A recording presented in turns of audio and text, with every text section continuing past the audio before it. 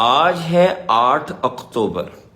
فلسطین کی جنگ شروع ہوئے 1 سال ہو چکا ہے، اور 1 سال کے ہوتے ہی اللہ تعالیٰ کی طاقت حرکت میں آئی ہے، اور امریکہ میں 2 اتنے ہولناک واقعات ہوئے ہیں کہ دنیا پوری ہل گئی ہے۔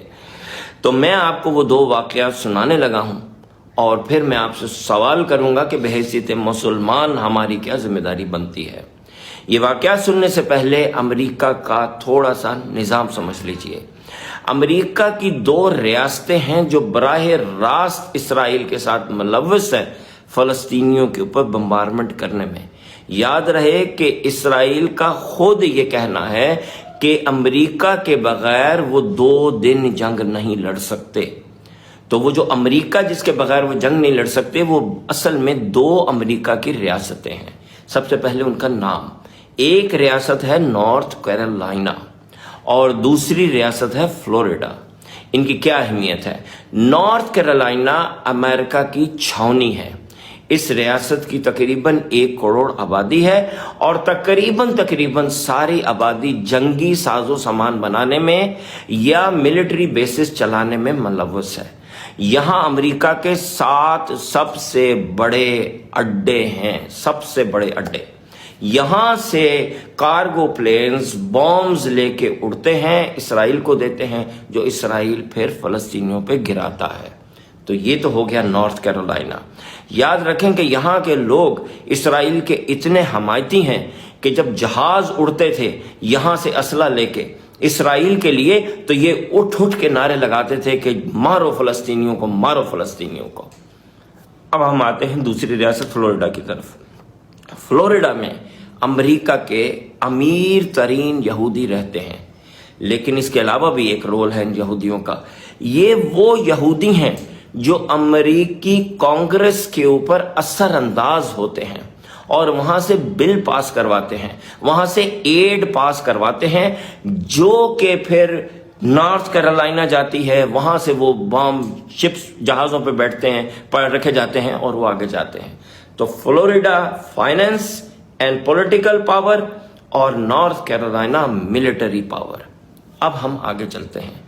آج سے 10 دن پہلے اللہ تعالیٰ نے سمندر سے ایک بہت بڑا طوفان اٹھایا، جس کا نام گوروں نے تو رکھا ہیلینا، لیکن ہم اس کو اللہ کا عذاب بھی کہیں گے۔ یہ طوفان سمندر سے اٹھا اور باقی کی ساری ریاستوں کو چھوڑتے ہوئے سیدھا ہٹ کیا، جیسے کوئی بہت بڑا بامبر ہے جو بم گرانے جا رہا ہے۔ اس نے سیدھا ہٹ کیا کس کو؟ نارتھ کیرولائنا کو۔ اور اب آج 10 دن کے بعد نارتھ کیرولائنا کی کیا سچویشن ہے یہ سن لیجئے، لیکن اس سے پہلے ایک مزے کی بات سنیے۔ ورلڈ بینک کا اندازہ ہے کہ فلسطین کو ری بلڈ کرنے میں $35 بلین لگیں گے۔ ٹھیک ہے، اب ہم آگے چلتے ہیں۔ تو یہ جو ہیلینا آ کے ٹکرایا نارتھ کیرولائنا سے، اور وہاں پہ اتنی شدید بارشیں ہوئیں، اتنے شدید طوفان آئے، تو اس وقت 1 کروڑ نارتھ کیرولائنا کی آبادی میں سے 80 لاکھ بے گھر ہو چکے ہیں۔ نہ ان کے پاس پینے کو پانی ہے، یاد رکھیے فلسطین کو، نہ کپڑے ہیں، نہ کھانا ہے، نہ چھت ہے، کھلے آسمان تلے پڑے ہیں۔